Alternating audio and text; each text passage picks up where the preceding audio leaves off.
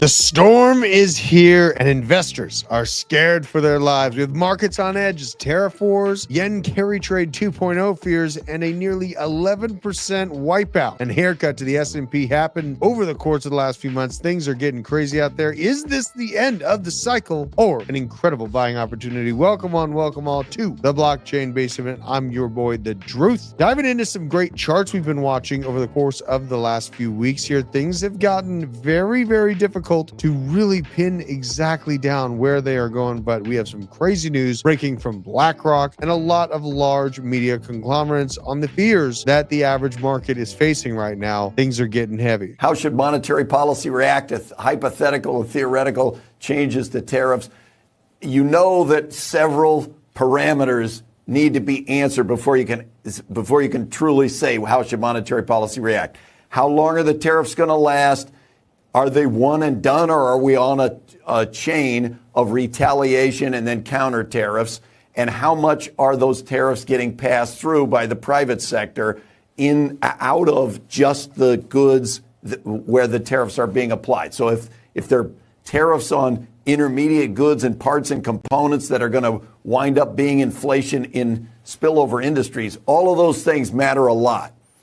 At the end of the day, remember, imports are only 11% of GDP. So one-time tariffs that are not followed by retaliation and that do not spread out of what they're initially applied to, they're more likely to be transitory and on inflation. Even as the talking heads come out to calm the fears of the markets, BlackRock CEO Larry Fink says that almost everyone he talks to is more anxious about the economy right now than any time in recent memory. People are on edge. Investors are fleeing to safety. But there's something very interesting happening on the aggregate money flow that we're going to be taking a look in today's video. But this from Goldman Sachs highlighting an upgraded chance of the U.S. entering a new recession to now 35% from previously sitting at 20% in the next 12 months. Let me know down in the comments below. Are you scared of the next big recession, or is this just simply a bump in the road as markets reset themselves? And in the midst of all of this tariff conversation, it looks like China, Japan, and South Korea are joining together to jointly respond to the U.S. tariffs as the squeeze to bring manufacturing back to the United States and even the playing field of incoming goods to the U.S. gets even more contested. Now, with all this news, the global M2 money supply versus the Bitcoin correlation is quite revealing. The gap has mostly closed, signaling a potential alignment now, where based on a 12-week leading indicator in the first week of April could mark the expected bottom. Those following Raw Paul prefer the 10-week lead are seeing similar leads as well. Just a quick zoom in on where they're looking for the bottoming zone to be found for Bitcoin, which is up here in the pink color. And that's fitting because a bunch of Bitcoin holders are acting like pussies right now when it comes to this market shakeout. Wall Street has not been immune from this pullback. It looks like the S&P 500 has officially hit a new low for the year, down 10.5% from its record high accomplished on February 19th of 2025. Massive downturn. Looking for these last few candles on the S&P 500 to be marking the bottom, because things will get real nasty if there is further downside ahead for Wall Street. And with all of this chaos, then comes in the yen carry trade conspiracy theory. The yen carry trade as a primer for a potential 2.0 scenario where we saw the carry trade pull Bitcoin down by 30% in 2024. The situation's basically caused from the financial strategy of investors borrowing the yen at a near 0% interest rate thanks to Bank of Japan's ultra-loose monetary policy and invest the proceeds into higher yielding assets elsewhere. But the unwinding happens should the Bank of Japan have to increase those interest rates on their currency, thus causing a mass flight out of those arbitraged assets. And what we saw last year with the yen carry trade situation, I do have the ability to highlight here on Benjamin Cowan's chart. This little blip right here was a 30% pullback on that final yellow candle to the right of my screen. Maybe it's to the left, but it's the latest giant yellow candle on Bitcoin's chart. That was a 30%